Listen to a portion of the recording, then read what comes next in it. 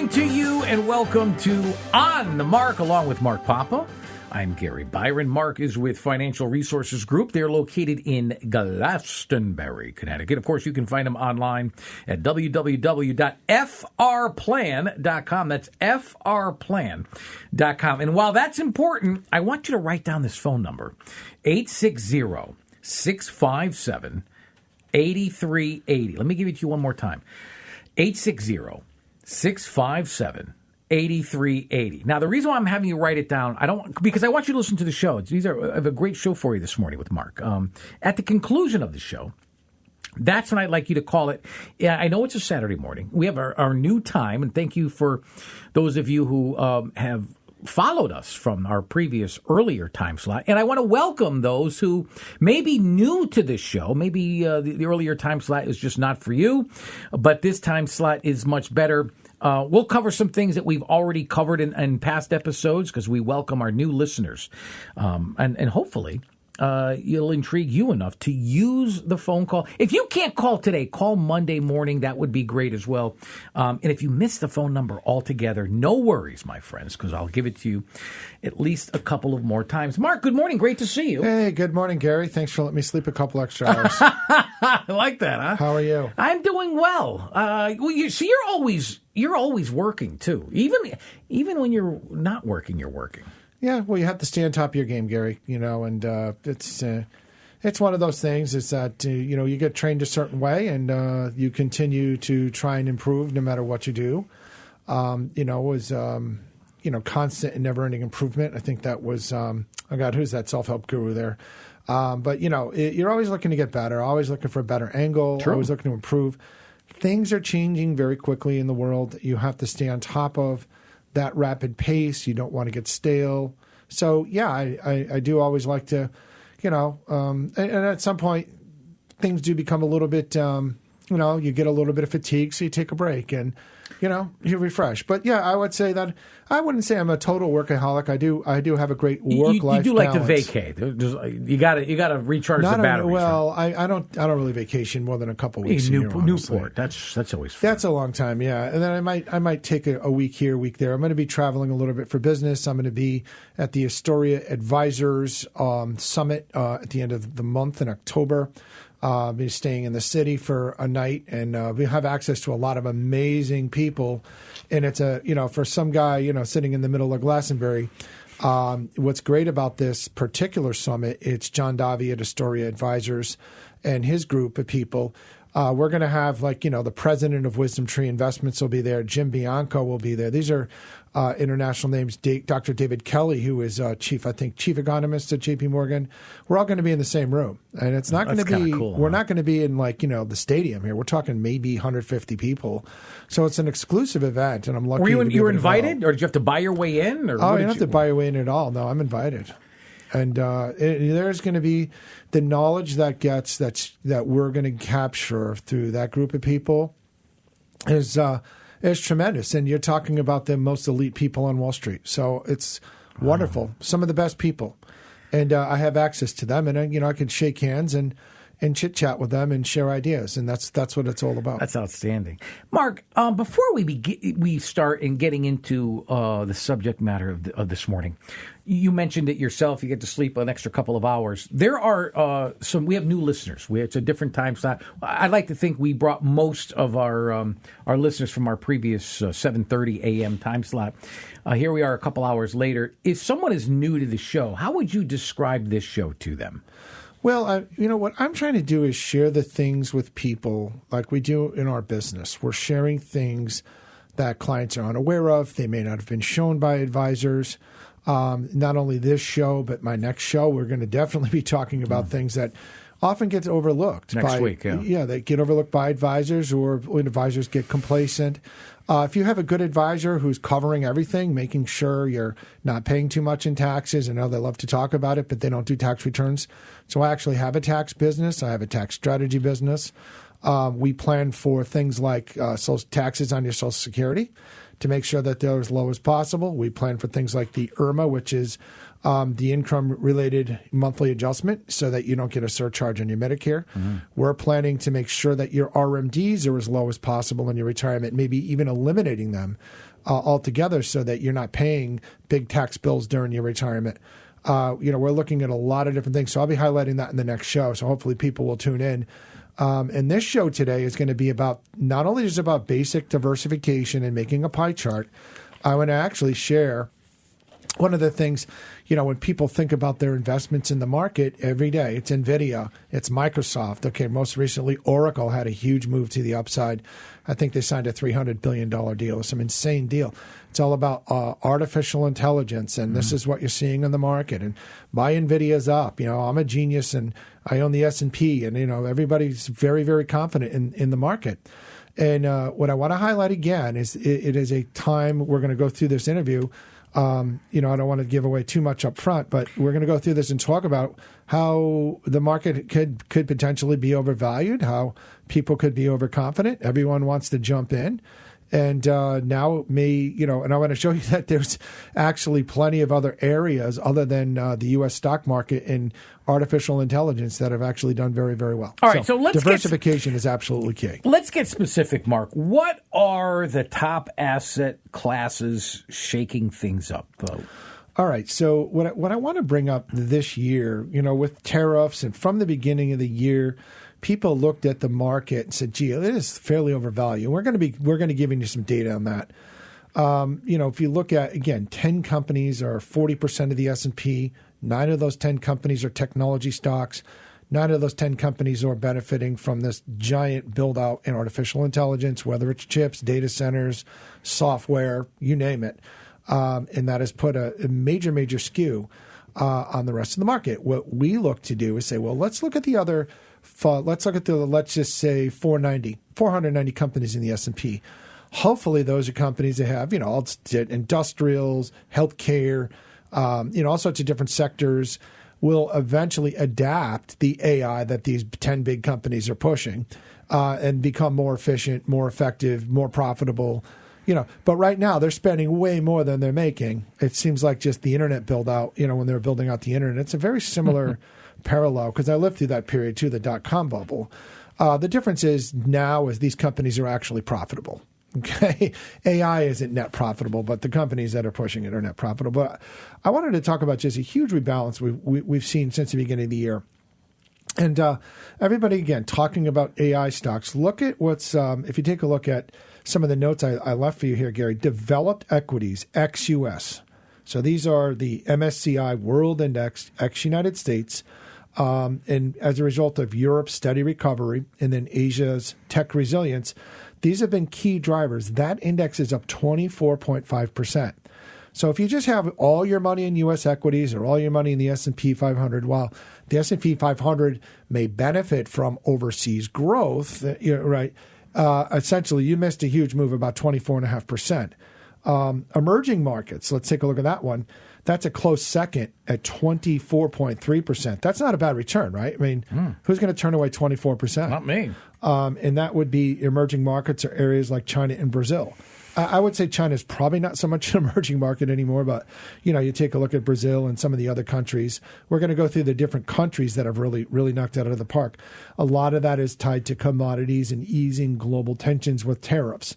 And I know we're still in talks with China about tariffs. I didn't want to do a show on that because I think that those talks are going to go on into perpetuity. Very little is going to get done, and it's just going to be, they're going to butt heads for forever. I think the Chinese are dug in. I don't think we're going to get very far in any negotiation with them. I think economics at the end of the day are what are going to be the overall driver. Does Trump know that too, you think? Probably not. Again, you can cut a deal with the Chinese, and today and tomorrow they'll walk away from the deal. I've known this. Anyone who's done business in China, it's just part of their culture. You may have a handshake, you might have a deal, but who's to say that they're even going to bother honoring it? They've been, doing things like stealing our technology, not honoring intellectual property, not actually being the honest players. But then, conversely, that same attitude scared away a lot of business and a lot of investment. So the Chinese economy, I would say, although there's Chinese stimulus that is going to be, that they're working on. I hate to say it, but China scared away a lot of growth opportunity for themselves, and they've really become tighten things up. They moved further to the left, moved further towards communism, away from free markets, and clamping down on their tech sector. There's a lot of different things that got a little scary, and I think they kind of realized, hey, we better turn this boat around quick, otherwise we're going to have serious problems, serious unemployment problems. They have a birth problem. There's issues there, but either way, that index did very well. Emerging markets. Now, emerging markets fixed income, fancy smancy terms for bonds. People don't realize that's like places like Singapore. You may have really high credit ratings, but emerging market bonds actually did very well. The solid 10.6% year to date, and that comes from the J.P. Morgan. What's the EBMI Global Diversified Index? Higher yields. And then large cap U.S. equities. So the total return of the S&P 500 to date, while respectable, is about 13%. Now, historically, that's a great rate, But what I want to talk to folks about is you can't just have all your money in the U.S. It's not a bad idea. One, from a valuation perspective, you don't want nosebleed, super expensive, which I'm going to talk about in a minute. Nosebleed valuations, and what happens is when those valuations compress, you can be up 40%, but you can be down 40% pretty quickly too. God forbid we get a bust in this AI trade, or somebody comes up with a new technology. I worry about that. Yeah. And then the other thing I worry about is our national debt. Again, I'm going to tell this and keep harping on this. $37 trillion in debt. You have and they're voting. They're going to keep the government running. What's that? The end of this month, September 30th. Exactly. We're going to have a government shutdown. No, right. They're going to have to kick the can down the road. And then on top of that, Gary, the dollar is also not doing very well. It's down 10% for the year. So obviously, we're going to try and print our way out of the debt problem. But there's just a lot of issues that I'd say the debt. It really scares me when I see my son put his, we go to a game. I don't care if it's UConn, Yard Goats, Yankees, whatever, Boston Red Sox, wherever you love your sports, and you listen to the Star Spangled Banner, and you realize that we're $37 trillion in debt. It feels as if we don't even feel like we have that solid ground that America once had before, and it's very scary. So we're adding $1 trillion in debt every 173 days. So something's going to break. So I think that. We can never predict what the black swan moment is going to be, because right now it doesn't seem like there's any end in sight in what's happening. You have to prepare yourself for market volatility, whether it was tariffs. I mean, a lot of stocks are way up from those, from April. But you have to take a look and see, you need to be properly diversified, and you have to have some of your money in safe stuff. Anyone not advocating that is just out to collect their fee and make money on you. You need to have some money in safety.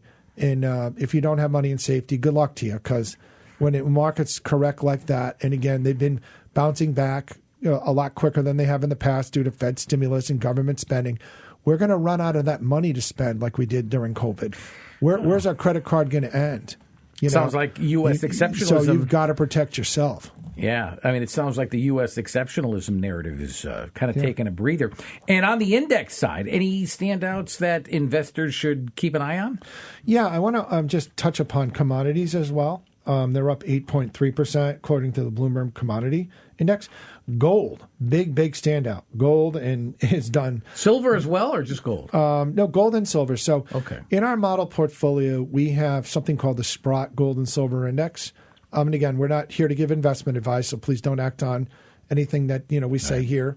But we're not. This is not investment advice. It's for informational purposes only. But we've owned the Sprott Gold and Silver for quite some time. It usually has about a 3 to 5% allocation as an inflation hedge. We also own another ETF called PPI, which is the Astoria Inflation Hedged Index. Believe it or not, with inflation coming down, that product's actually done very, very well, just because a lot of the companies are undervalued in there. And also there was also a bias towards commodities and things like that, energy. So these stocks are way undervalued. So that's done very, very well for us. And it even did very well for us after the market crashed when the Fed, this is 2022, when the Fed was raising rates very, very aggressively.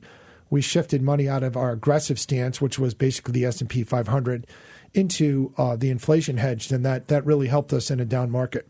because we're much more conservative. And the valuations were dirt cheap. So we said, yeah, that makes a lot of sense. Let's ride out the storm with something like that. So, but yeah, so gold and commodities, I think, definitely still have some legs. And I think with the national debt, still we have some uncertainty in the world. I think people are gravitating more to gold. Oh, yeah. Wow. Anything else in there? Or, Well, what I also want to bring up is, so this is why it's so important that you want to have exposure. Now when we say exposure, when we build I would say our model is about, somewhere it ranges from 60 to 70%, sometimes U.S.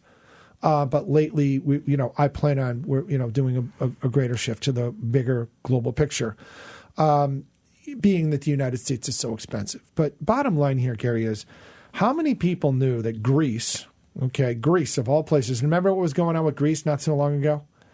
Do you remember where they were having trouble? They were going to go bankrupt. They were going to go bankrupt. They're leaving the EU. Yeah. That was going to cause all sorts of problems with the world, and the EU was going to unravel while Greece was leaving, and blah, blah, blah. Greece saw an increase of 48.7% based on EU reforms and economic tailwinds at play. So, I don't know anybody out there who said, hey, let's pound in the table. Let's buy Greece at the beginning of the year. So this is why, again, you have to diversify because you can't pick when these things are going to pop, right?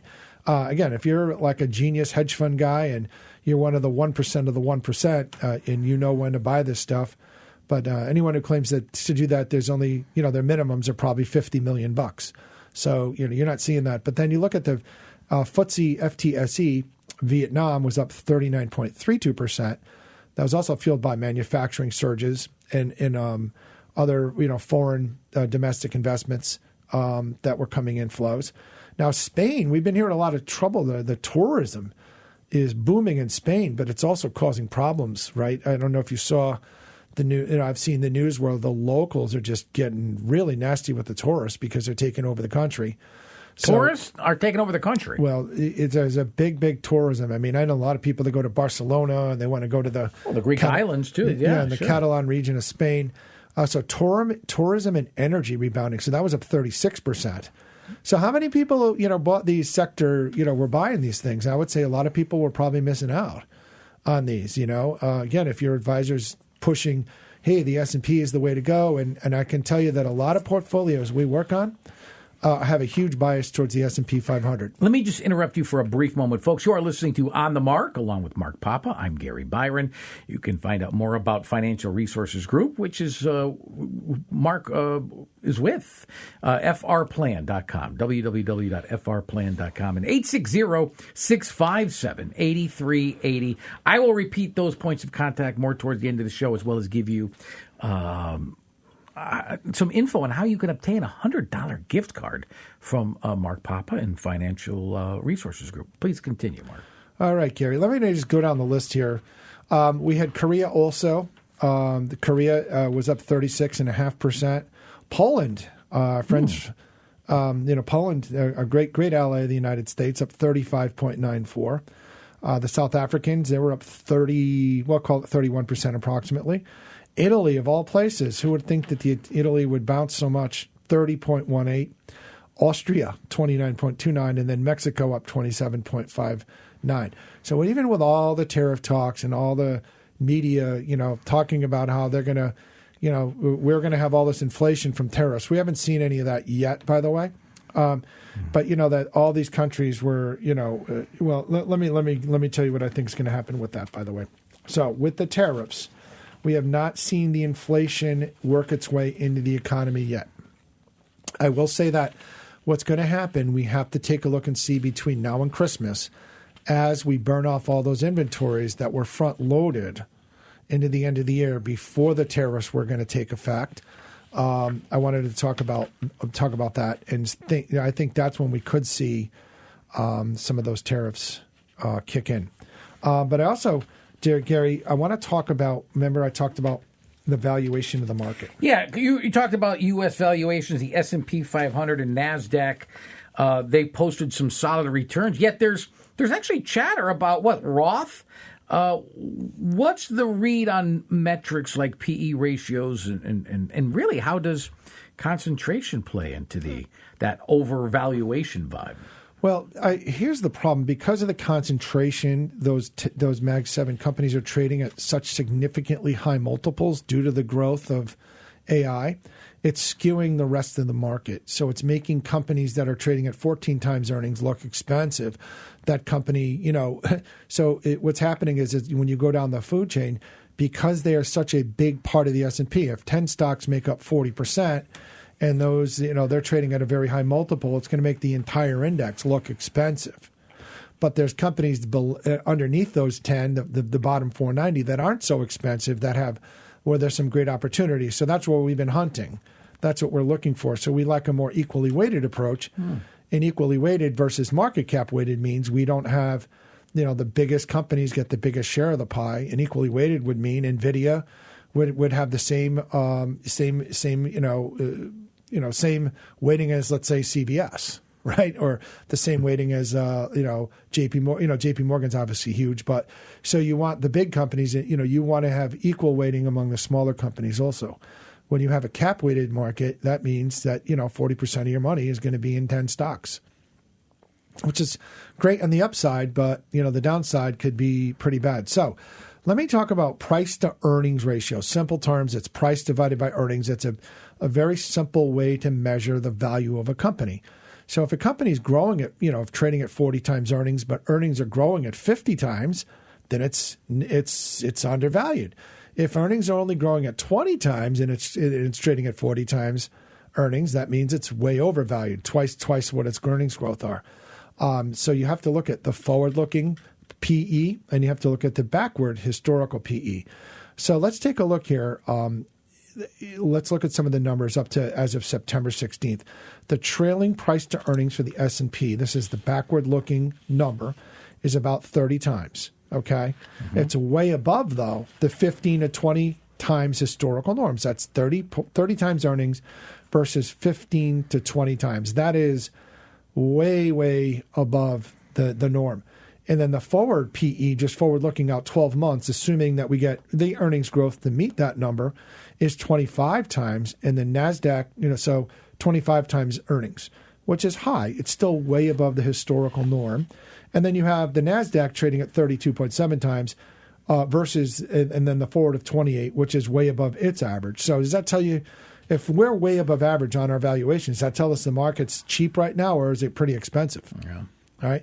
Is Warren Buffett pulling the trigger and buying stuff, or is Warren Buffett waiting for a correction? And I would say with these numbers, he's waiting for a correction. So I want to talk about some other indexes that we like to follow too, just to measure and gauge why this market's overvalued. And I want to stress to the listeners why you need to be smart and not bail out of the market, but be cognizant of making sure you have some safe money so that if this market does tank, you can pull your money from the safe bucket versus pulling it from the bucket that's going to be down.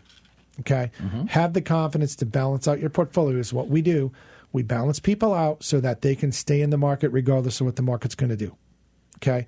We've heard too many horror stories. Hey, the market was down 20%. Everyone bailed out in April. They did not get back in, and the market skyrocketed. That's a huge, what they call, economies call opportunity cost, and those losses are locked in forever.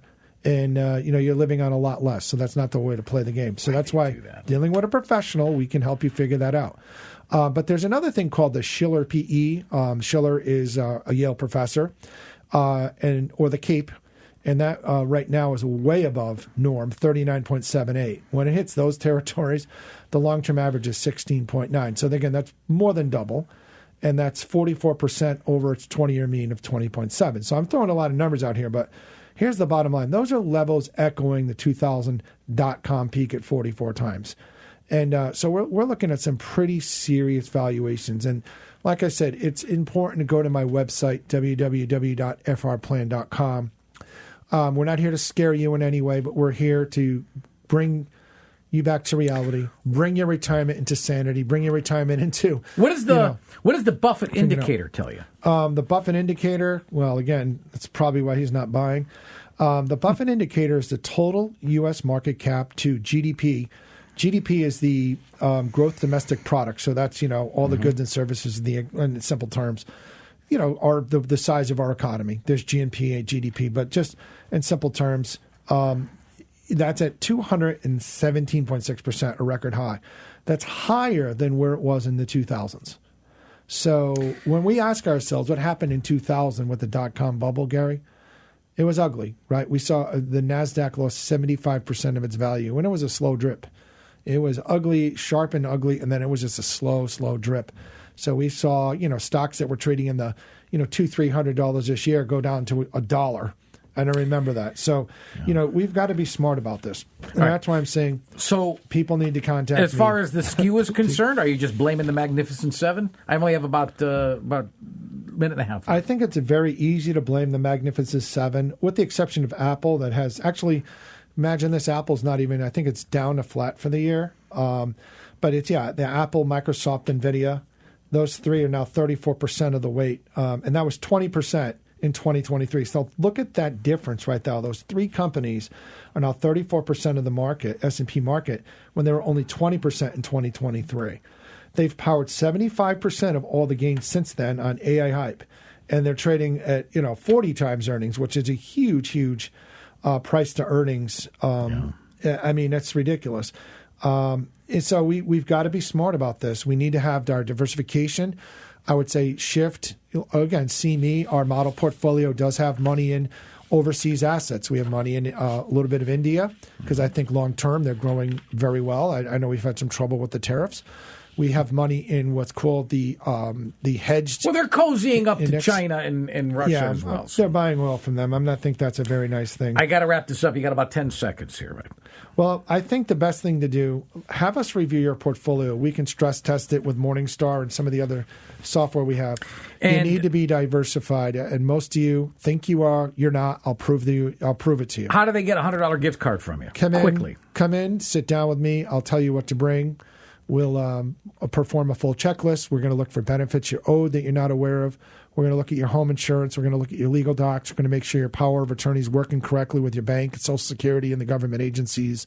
And I'll actually pay you to bring those things in. Look at that. Head on over to frplan.com, F as in Frank, frplan.com, and call this number right now, 860-657-8380. Again, 860-657-8380. For Mark Papa, I'm Gary Byron. Thank you so much for listening to On the Mark with Mark Papa. Until next weekend, have a good one, everybody.